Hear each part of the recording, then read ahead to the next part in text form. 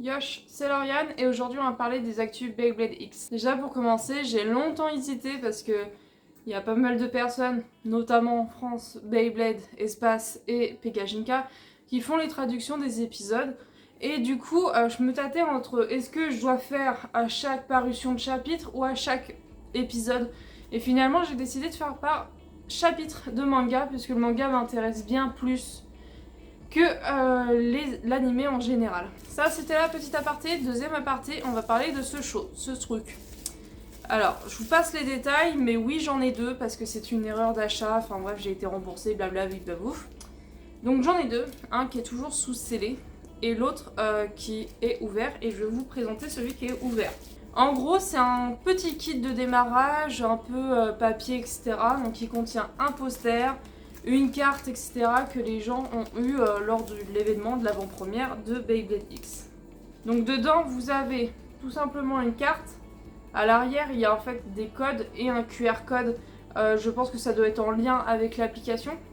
Vous avez un papier de loterie, enfin j'imagine que c'est un papier de loterie. Ensuite, vous avez un truc super cool, vous avez le chapitre 0, donc le trailer du manga, tout simplement en couleur et imprimé, donc c'est trop bien, et version bien entendu japonaise. Et un petit rappel aussi ici des différentes générations qu'on a connues sous Beyblade. Pour finir, on a eu aussi un petit poster. Donc un poster qui est comme ceci. Donc un côté il y a Brainsword. Et de l'autre côté ça se présente comme ça avec quelques infos sur Beyblade X. Donc tout ça, vous pouvez le retrouver actuellement sur Vinted pour un total d'à peu près 9 €, quelque chose comme ça. Ensuite, on va parler des prochaines sorties annoncées pour ce décembre. Donc il y a un BX25 qui correspond à une mallette de rangement, que personnellement j'ai juste demandé à Noël parce que je compte pas l'acheter avec ma propre thune. C'est toujours un plus, je la trouve vraiment sympa, autant les autres générations aussi je les trouvais sympas et j'ai pas eu l'occasion de les acheter. Pour le coup je me dis why not tenter ma chance. Ensuite le BX24 qui est un random booster encore de Wyvern Gale, donc 580 GB pour Gear Ball. Alors tout ce qui contient un gear suivi d'un autre nom. Gear c'est tout simplement le système d'engrenage qui est plus abaissé jusqu'au bas du stadium, en fait jusqu'au bas du bit, là où la surface vraiment touche est en contact du stadium et normalement est fait pour vraiment tracer sa route au niveau du rail. Ensuite nous avons le BX23, donc le starter de Phoenix Wing, 960, donc nouveau ratchet, GF pour Gear Flat. Ensuite on a le BX22 qui est tout simplement la plus grosse dope de l'histoire de Beyblade, les Proto Launchers. Donc en fait c'est le Entry Set Brainsword avec un Proto Launcher dedans, donc c'est un lanceur qui est petit, qui est minable, qui ne sert à rien, qui vaut clairement pas le coup, qui est certes moins cher, c'est un premier set qui est entre guillemets... Tu vas pas te lécher le cul dans ma vidéo toi?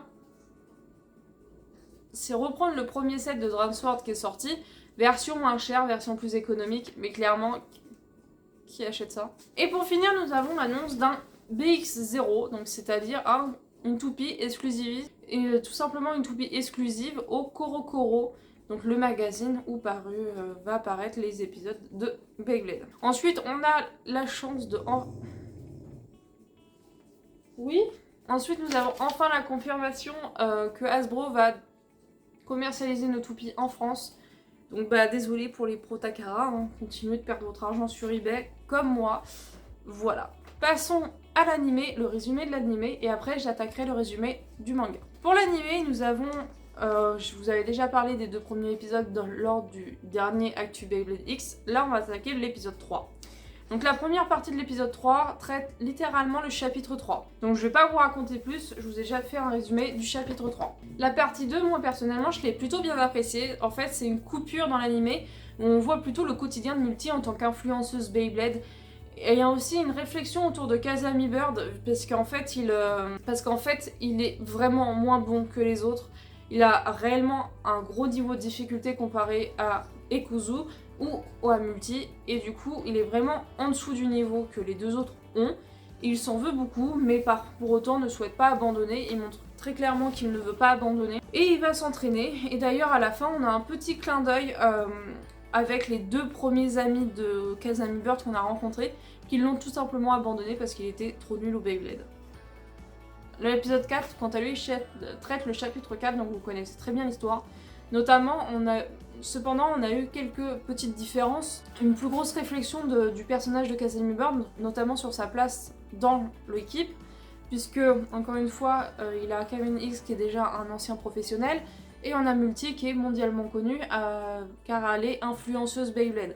Du coup, il se demande vraiment s'il a sa place et il s'entraîne de plus en plus en secret parce que surtout, encore une fois, il a clairement pas le niveau comparé aux autres. On a aussi Bird qui est confirmé en étant le chef de la team Persona. L'épisode 5, quant à lui aussi, traite le chapitre 5, donc pour le moment, on est sur une bonne continuité.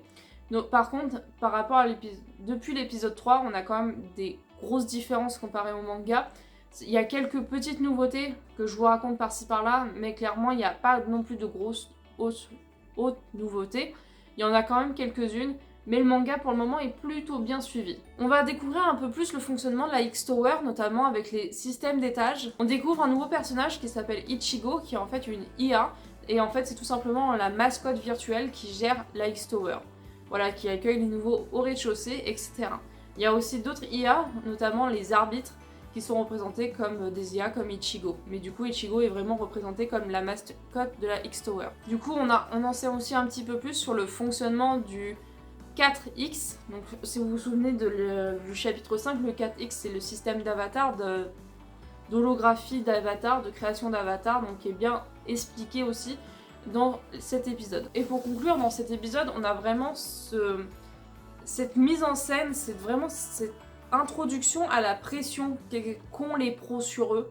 Donc c'est-à-dire de toujours être meilleur, de toujours faire attention à ses arrières, de toujours viser l'excellence et de se foutre une pression monumentale pour réussir dans cette tour. Donc vraiment cet épisode, et moi personnellement, m'a beaucoup plu parce qu'on a vraiment ce côté plus adulte qui vient se montrer comparé à ce qu'on avait dans Beyblade Burst où on se disait c'est pas grave grâce au pouvoir de l'amitié. Là c'est vraiment genre tu rates, t'es une merde. Donc je trouve que c'est pas mal. Là, on voit vraiment le début de changement comparé aux autres générations. Et pour finir, l'épisode 6 c'est tout simplement un préquel au chapitre 5. Donc là, c'est vraiment un épisode totalement inédit où on ne connaissait pas du tout cette partie de l'histoire dans le manga. Et du coup, on en apprend tout simplement plus sur l'équipe Zoganic.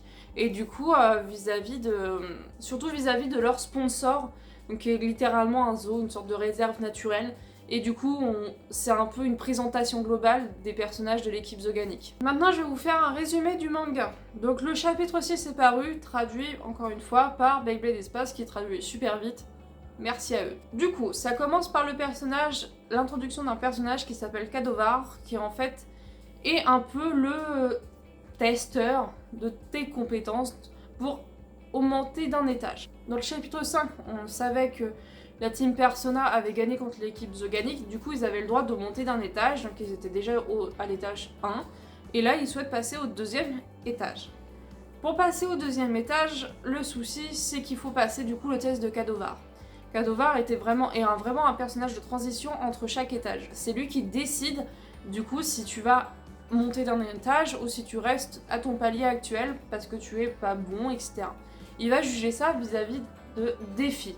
Là, il a lancé un défi pour chaque membre de l'équipe de la Team Persona, c'est de rester en combat contre lui et tenir 30 secondes. Le problème, c'est que Bird va rater tout de suite. Il va tenir je sais plus combien de temps et boum, explosion, ça part, ciao bye. Du coup, Multi dévoile enfin un secret, c'est qu'elle a acheté ce qu'on appelle un Baycrafter. C'est une sorte de machine qui ressemble à un énorme distributeur, qui est en fait une sorte de grosse imprimante 3D qui va imprimer des toupies, qui va permettre à créer des toupies.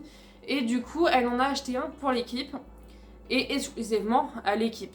Le problème, c'est que du coup, Ekuzu va relever l'importance du prix de cet achat, de cette machine, et va nous faire supposer que Multi est quand même bien blindax, bien pété de thunes. Donc je trouve ça que c'est assez intéressant pour le coup.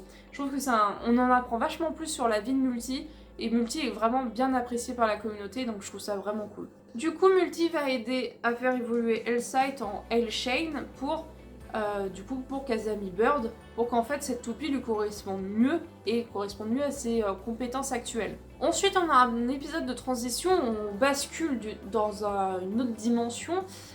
Donc en gros, là, on va s'attarder sur un autre personnage qui fait aussi son apparition, qui nous fait comprendre qu'il souhaite créer sa toupie. Et en fait, sa toupie, du coup, c'est la toupie exclusive du Koro du mois de décembre qui va sortir. Donc Phoenix Feather qui va sortir, et du coup c'est ce prototype là qu'on voit en train de se faire fabriquer. Cependant il juge qu'elle n'est pas assez solide, qu'elle n'est pas assez bien, et qui du coup il incite cette usine à recommencer sa fabrication. Et ce personnage s'appelle Fuchihara Burn. Il a l'air très charismatique, donc je pense que ça sera un bon antagoniste pour les prochains épisodes. Par la suite, du coup, on reprend Kadovar, qui du coup possède la toupie Wyvern Gale, d'où la sortie du Random Booster. Et cette fois, Kazami Bird va réussir le test, mais va quand même perdre le combat, mais il tient quand même 30 secondes grâce à Hellshane, qui est présentée comme une toupie qui peut changer de mode entre basculer plutôt de type attaque, ou avoir des tendances un peu plus type endurance. Donc, c'est pas mal. Malgré tout, Kazami Bird reste un peu plus compétent avec ses toupies, mais je pense qu'il a vraiment besoin de s'entraîner pour réussir à un peu monter en niveau. Par la suite, du coup, Multi et Ekuzu, sans aucune surprise, vont eux aussi réussir le test. Et ensuite, Ekuzu va nous faire découvrir du coup sa nouvelle toupie, Dran Drager, l'évolution de Dran Sword, puisque lui aussi a fait évoluer sa toupie. Kadovar va d'ailleurs décider qu'ils vont pas monter au 2e étage, mais au 50e étage, grâce à Ekuzu qui a battu très rapidement la toupie de Wyvern Gale, du coup la Wyvern Gale, et du coup ils vont directement monter au 50e étage, et du coup ils se rapprochent vraiment, là ils sont à mi-parcours de la X-Tower. On reprend du coup le personnage de Burn, Fuchihara Burn, qui est du coup membre de l'équipe Yggdrasil. Eux aussi vont passer ce test et vont battre le record de ce test, et du coup eux aussi vont monter en étage et vont d'ailleurs être confrontés par la suite à la team Persona. J'espère que cette vidéo actu vous a plu. Personnellement je prends toujours autant plaisir à les faire, et je continuerai à les faire seulement par intégration de chapitres, parce que moi je suis vraiment plus team manga que animé, mais je regarde tout de même l'animé pour vous faire un petit résumé rapide en fonction bien entendu du rapport avec les chapitres, si c'est un complément ou non. Si vous cherchez vraiment un gros résumé de chaque épisode, je vous invite à aller voir la chaîne de Pega ou la chaîne de Playmaker qui en font des gros résumés, qui c'est vachement réussi, super bien expliqué, leur review est formidable, donc au pire allez là-bas. Moi en tout cas je préfère parler du manga. Si vous voulez ce genre d'exclusivité de Beyblade X, si comme moi vous adorez ce genre de trucs un peu inutiles en lien avec votre passion, n'hésitez pas à foncer très rapidement sur Vinted et chercher vraiment ce genre de choses, parce que ça va partir très vite par la suite et on n'aura plus les chances de les retrouver et ça va se vendre super cher. Donc ne tardez pas trop. Sur ce les Bladers, on se retrouve du coup pour le prochain chapitre, le chapitre 7. Et j'ai hâte.